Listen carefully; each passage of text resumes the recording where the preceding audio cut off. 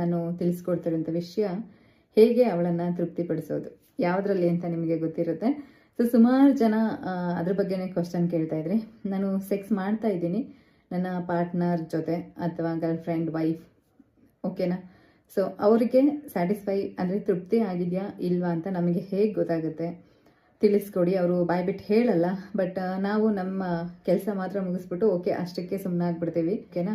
S, ವಿಡಿಯೋನ ಶುರು ಮಾಡೋಣ. ಏನಪ್ಪ ಅಂದರೆ, ಒಂದು ಹೆಣ್ಣು ಒಂದು ಗಂಡು ಅಂತ ತಗೊಂಡಾಗ ಇಬ್ಬರಿಗೂ ತುಂಬ ಅಂದರೆ ತುಂಬ ಡಿಫ್ರೆನ್ಸ್ ಇರುತ್ತೆ. ಗಂಡು ಯೋಚನೆ ಮಾಡುವಂಥ ರೀತಿನೇ ಬೇರೆ, ಹೆಣ್ಣು ಯೋಚನೆ ಮಾಡುವಂಥ ರೀತಿನೇ ಬೇರೆ.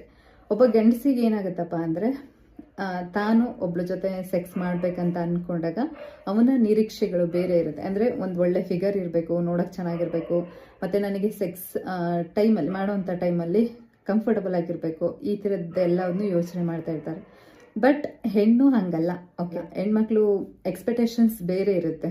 ಏನಪ್ಪ ಅಂದರೆ, four play, sex, outer play. So out play ಇಷ್ಟು ಮೂರೂ ತುಂಬ ಇಂಪಾರ್ಟೆಂಟ್ ಆಗುತ್ತೆ ಸೆಕ್ಸ್ ವಿಷಯ ಅಂತ ಬಂದಾಗ. ನಿಮಗೆ ಆಗಲೇ ಹೇಳ್ದಂಗೆ ಹೇಗೆ ನಿರೀಕ್ಷೆಗಳಿರುತ್ತೆ, ಆಕೆಗೂ ನನ್ನ ಗಂಡ ನನ್ನ ಹತ್ರ ಬಂದು ಪ್ರೀತಿಯಿಂದ ಮಾತಾಡಬೇಕು. ಸೊ ಇವತ್ತು ನಿನ್ನ ದಿನ ಹೇಗಿತ್ತು? ಯಾಕೆಂದರೆ ನಿಮಗೆ ಟೈಮ್ ಸಿಗೋದೇ ಅದೊಂದು ಟೈಮಲ್ಲಿ ಅಲ್ವಾ? ಎಷ್ಟೊಂದು ಈಗ ಫ್ಯಾಮಿಲಿಗಳಲ್ಲಿ ಜಾಯಿಂಟ್ ಫ್ಯಾಮಿಲಿ ಇರುತ್ತೆ. ಸಮ್ಟೈಮ್ಸ್ ಗಂಡ ಹೆಂಡತಿ ಜೊತೆ ಮಾತಾಡೋದಕ್ಕಾಗಲ್ಲ.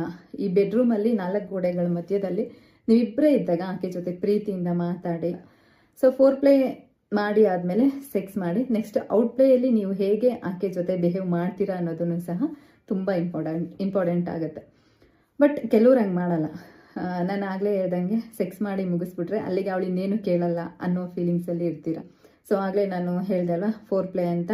ಸೊ ಫೋರ್ ಪ್ಲೇ ಮಾಡೋದ್ರಿಂದ ಎಷ್ಟೊಂದು ಸಲ, ಫೋರ್ ಪ್ಲೇ ಅಂದರೆ ಬೇರೆ ಇನ್ನೇನು ಅಲ್ಲ, ರೊಮ್ಯಾನ್ಸ್. ಸೆಕ್ಸ್ ಮಾಡೋದಕ್ಕಿಂತ ಮುಂಚೆ ರೊಮ್ಯಾನ್ಸ್ ಮಾಡುವಂಥದ್ದು ತುಂಬ ಇಂಪಾರ್ಟೆಂಟ್ ಆಗುತ್ತೆ.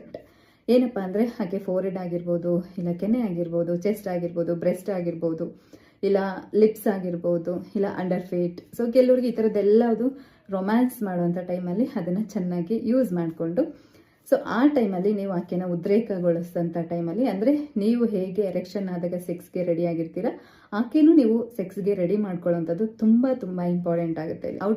ಔಟ್ ಪ್ಲೇ ಅಂತ ಹೇಳ್ತೀವಿ. ಎಷ್ಟೊಂದು ಜನ ಏನು ಮಾಡಿಬಿಡ್ತಾರೆ ಅಂದರೆ, ಈಗ ಸೆಕ್ಸ್ ಮಾಡಿ ಆದಮೇಲೆ ಓಕೆ ನಿನ್ನ ಪಾಡಿಗೆ ನೀನು ಮಲ್ಕೋ, ನನ್ನ ಪಾಡಿಗೆ ನಾನು ಮಲ್ಕೋತೀನಿ ಅಷ್ಟೇ. ಏನೋ ಅಲ್ಲಿ ಒಂದು ಕೆಲಸ ಮಾಡಬೇಕಿತ್ತು, ಅದನ್ನು ಮಾಡಿ ಮುಗಿಸಿದ್ದೀವಿ, ನಿನ್ನ ಪಾಡಿಗೆ ನೀನಿರು, ನನ್ನ ಪಾಡಿಗೆ ನಾನು ಇರ್ತೀನಿ ಅನ್ನೋ ರೀತಿ ಮೈಂಡ್ ಸೆಟ್ಟಲ್ಲಿ ಎಷ್ಟೊಂದು ಜನ ಇರ್ತಾರೆ. ದಯವಿಟ್ಟು ಆ ರೀತಿ ಮಾಡೋಕ್ಕೆ ಹೋಗಬೇಡಿ. ಸೆಕ್ಸ್ ಆದಮೇಲೂ ಆಕೆನ ಕೇಳಿ, ಆಕೆ ಜೊತೆ ಮಾತಾಡಿ, ಹೇಗಿತ್ತು, ಇಷ್ಟ ಆಯಿತಾ ಇಲ್ವಾ. ನಿಮ್ಮ ಪಾರ್ಟ್ನರ್ ಜೊತೆ ನೀವು ಮಾತಾಡೋದಕ್ಕೆ ಯಾವುದೇ ರೀತಿಯಾದಂಥ ಮುಜುಗರ, ನಾಚಿಕೆ ಯಾವುದು ಬೇಡ ಅಲ್ವಾ?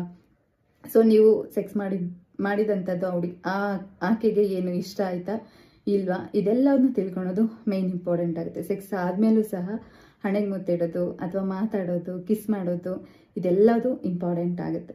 ಬಟ್ ಕೆಲವರು ಇದು ಯಾವುದನ್ನು ಮಾಡದೆ ಯಾವಾಗ ಮೂಡ್ ಬರುತ್ತೆ ಅಂದರೆ, ಗಂಡಸರಿಗೆ ತಮಗೆ ಯಾವಾಗ ಮೂಡ್ ಬರುತ್ತೆ, ಹೋಗಿ ಆಕೆ ಜೊತೆ ಮಲ್ಕೋ, ರೆಡಿಯಾಗಿರೋ, ಬಂದು ನಾನು ಸೆಕ್ಸ್ ಮುಗಿಸ್ಬಿಟ್ಟು ಹೋಗ್ತೀನಿ ಅಂದರೆ 100% ಇದು ಪ್ರೀತಿ ಅಂದರೆ ಅವ್ರ ಮನಸ್ಥಿತಿ ಸೆಕ್ಸ್ ಮಾಡೋದಕ್ಕೆ ರೆಡಿ ಆಗಬೇಕು.